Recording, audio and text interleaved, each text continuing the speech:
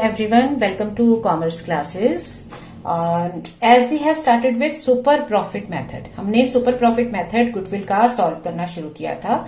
So last time हमने कुछ simple questions उसके प्रैक्टिस किए थे. आज हम प्रैक्टिस करेंगे थोड़े से कॉम्प्लेक्स क्वेश्चंस जिसमें कुछ एडजस्टमेंट्स होंगी.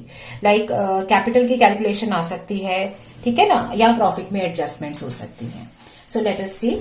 सुपर प्रॉफिट मेथड के क्वेश्चन करने से पहले अगेन रिमेंबर हमारे सिर्फ दो स्टेप्स है. Number 1 calculation of super profit, number 2 calculation of goodwill. So ये दो मेन स्टेप है, बाकी सब वर्किंग नोट्स में चला जाएगा. So let us read the question. A business earned average profit of 8 lakh. NRR of the same business. NRR मतलब net rate of return. तो नेट रेट जो है या मार्केट रेट ऑफ रिटर्न या नॉर्मल रेट ऑफ रिटर्न, मतलब similar type के business में हमारे को 10% का रिटर्न मतलब प्रॉफिट मिलता है. ठीक है. सो ये हमारा नॉर्मल रिटर्न है. Total value of assets and liabilities is given. तो कैपिटल इजीली निकल सकती है. And goodwill is 2.5 years purchase of super profit. So हमारा पहला स्टेप होता है कैलकुलेशन ऑफ सुपर प्रॉफिट, जो कि होता है आपका average profit minus normal profit. ठीक है. एवरेज प्रॉफिट मतलब आपका बिजनेस कितना प्रॉफिट कमाता है, और नॉर्मल मतलब इस तरह के बिजनेसेस में नॉर्मली प्रॉफिट मिलता कितना है. All right. सो अगर आप ज्यादा पैसा कमा रहे हो, आप सुपर प्रॉफिट कमा रहे हो, तो आपके पास गुडविल है. यही इस मेथड का लॉजिक है कि अगर आप नॉर्मल से ऊपर कुछ एक्स्ट्रा कमाते हो तो आपके पास गुडविल है. So goodwill is based on super profit. Super profit पे इसकी कैलकुलेशन बेस्ड है. एवरेज प्रॉफिट, अब वर्किंग नोट्स पे आ जाओ. सो एवरेज प्रॉफिट हमें दे रखा है 8 लाख. इसमें कोई एडजस्टमेंट नहीं है, ठीक है, एज इट इज हमने लिख दिया. दूसरा है normal profit. So normal profit होता है कैपिटल एम्प्लॉयड, मतलब बिजनेस में पैसा कितना लगाया है, into normal rate of return और market rate of return. So capital employed कितनी हो गई, कैपिटल होती है, हमारी इक्वेशन है ना, A is equal to L plus C. तो उसमें C कितना होता है, एसेट्स माइनस लाइबिलिटीज. ठीक है. So 22 lakh minus 5,60,000. So 14,40,000. All right. So हमारी नॉर्मल प्रॉफिट कितना आ गया, 14,40,000 इंटू 10%, 16 लाख, सॉरी. सो 16,40,000, 10% आ गया 1,64,000. सो एवरेज प्रॉफिट हो गया 8 लाख, नॉर्मल प्रॉफिट हो गया 1,64,000. ठीक है ना. सो ये आ गया 6,36,000. सो गुडविल कितनी हो जाएगी, 6,36,000 into how many years of purchase, कितना करना है, 2.5. सो 2.5 का मतलब होता है 5/2. सो 6,36,000 इंटू 5/2. तो इसको सॉल्व कर लेंगे. हमारे पास आ गया इसका आंसर 15,90,000. और जहां भी आंसर है हमारा, हमें उसको हमेशा आंसर लिखना है, और हो सके तो हम उसको हाईलाइट भी कर सकते हैं अपने एग्जाम में. ये एग्जामिनर को एकदम से आई कैचिंग हो जाता है, उसको दिख जाता है यहाँ पे आंसर है, इजीली आपका पेपर चेक हो जाता है. Second question. ठीक है. So existing firm had assets of 75,000 including cash.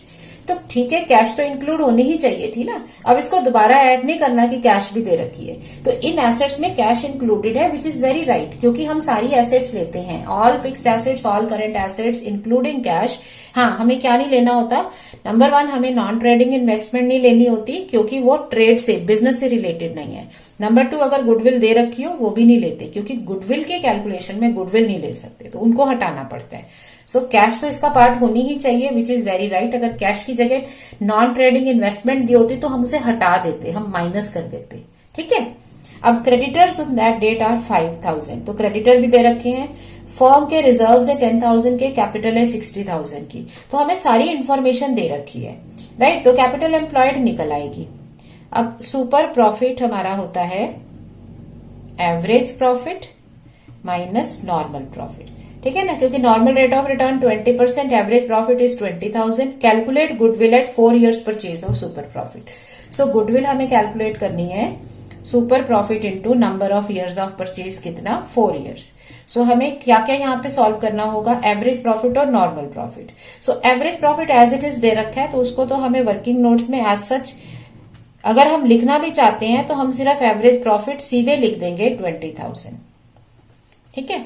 अब दूसरी चीज है नॉर्मल प्रॉफिट, जो कि होता है capital employed into normal rate of return.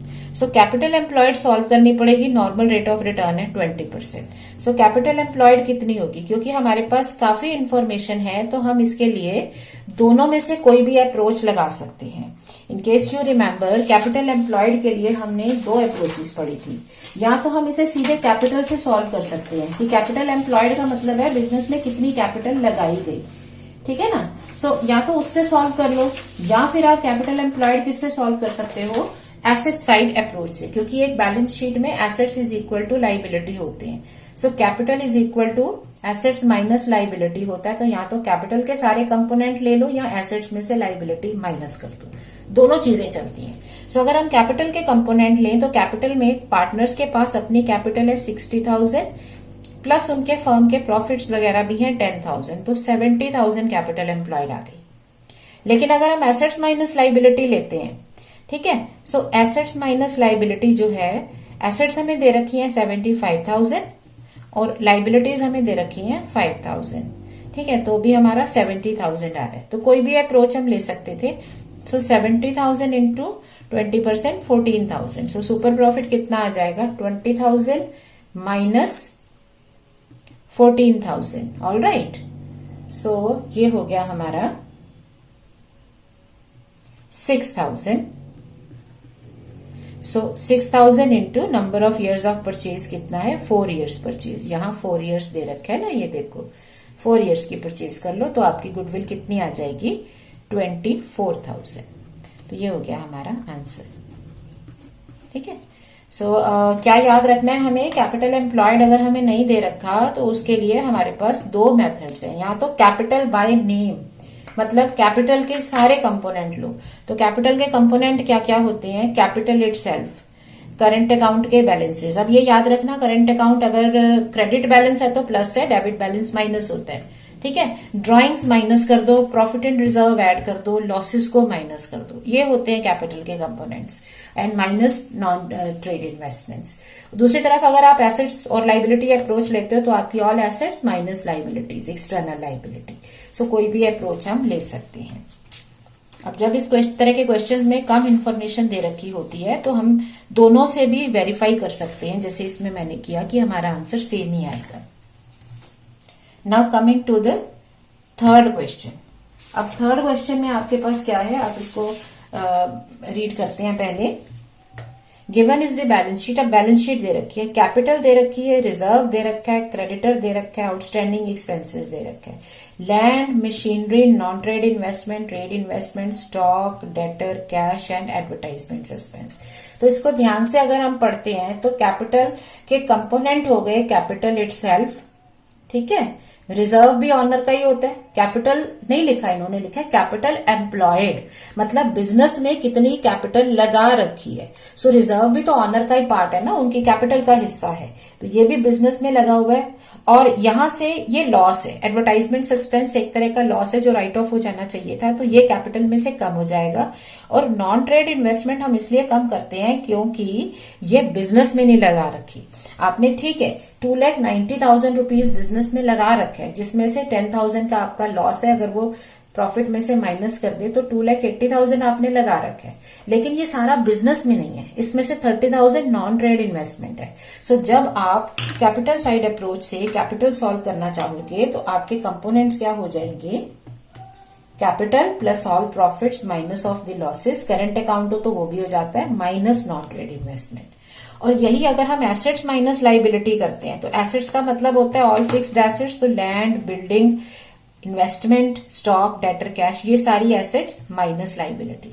तो क्योंकि ये इक्वालिटी है ना, बैलेंस शीट दोनों साइड बैलेंस करती है, तो चाहे मैं ये येलो वाली चीजें पिक करूं, इसमें से ये दोनों माइनस कर दूं, या मैं ये बाकी की चीजें पिक करूं और उसमें से एक्सटर्नल लाइबिलिटी माइनस कर दूं, मेरी कैपिटल एम्प्लॉयड दोनों वे से सॉल्व होती है, दोनों से सिंपल सेम आंसर आता है, ठीक है ना।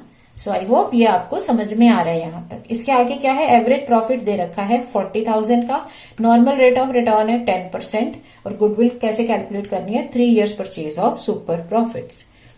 सो सुपर प्रॉफिट क्या होगा, average profit minus normal profit, और गुडविल क्या होगी आपकी, super profit into number of years of purchase. ठीक है, सो अब सारे वर्किंग नोट बना लो। पहली चीज एवरेज प्रॉफिट, तो एवरेज प्रॉफिट इस क्वेश्चन में भी कोई एडजस्टमेंट नहीं है, सो हम एज इट इज ले लेंगे 40,000 रुपीज एवरेज प्रॉफिट। सपोज इसमें पार्टनर की रेम्यूनरेशन अभी दी रखी होती तो हम वो माइनस कर देते, कोई और एडजस्टमेंट है, कोई अब नॉर्मल लॉस है, कोई गेन है, तो वो सब एडजस्ट करके लेते हैं जैसे हमने लास्ट क्वेश्चंस में देखा था। ठीक है, सेकेंड है हमारा normal profit. So normal profit क्या होता है, कैपिटल एम्प्लॉयड कि बिजनेस में कितनी कैपिटल एम्प्लॉय की है। याद रखो, it is not capital balance, it says capital employed कि कितना पैसा बिजनेस में लगा रखा है बिजनेस में। इसीलिए जो नॉन ट्रेड इन्वेस्टमेंट है ना, जो बिजनेस से रिलेटेड नहीं है, वो हम हटा देंगे। तो capital employed into normal rate of return, जिसमें कैपिटल एम्प्लॉयड क्या हो गई, capital of A plus B plus reserve minus non trade investment minus advertisement suspense, that is accumulated expense. So A की कैपिटल 1 लाख, बी की capital 1 lakh, reserve 90,000, but इसमें से 30,000 business का part नहीं है, ये लाइबिलिटीज है, यहां से पैसा इकट्ठा करके यहां लगाया होता है। तो जहां तुमने पैसा लगाया है उसमें से 30,000 बिजनेस में नहीं लगा हुआ, उसे निकाल दो, माइनस सस्पेंस का बैलेंस 10,000, क्योंकि ये तो लॉस है या एक्सपेंडिचर है जो राइट ऑफ हो जाना चाहिए। सो उसको माइनस करके हम कैपिटल एम्प्लॉयड निकालेंगे। सो आ गई हमारी 2,50,000। Okay, so capital employed 2,50,000, normal rate of return 10%, तो आ गया 25,000। So average capital normal average profit normal profit, so 40,000 minus normal profit 25,000, आ गया 15,000। सो गुडविल कितनी हो जाएगी, 15,000 into number of years, 3 years purchase, देखो 3 ईयर्स परचेज का है, सो 45,000। ये हो गया आपका आंसर। इसे आप ब्रैकेट में या बॉक्स में कर दो और हो सके तो इसे हाईलाइट कर दो। ठीक है ना, सो इस तरह से हम गुडविल के क्वेश्चंस को सॉल्व करते हैं यूजिंग सुपर प्रॉफिट मेथड। अब हमारा एक मेथड बचता है जो है capitalization method. So next time हम उसको प्रैक्टिस करेंगे और कुछ क्वेश्चंस हम करेंगे मिसिंग वैल्यूज के, और एक क्वेश्चन हम कर लेंगे जिसमें सारे मेथड्स को रिवाइज कर लेंगे।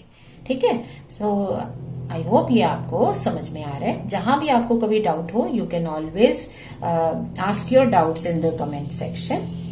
Alright, so thank you, keep practicing, keep smiling.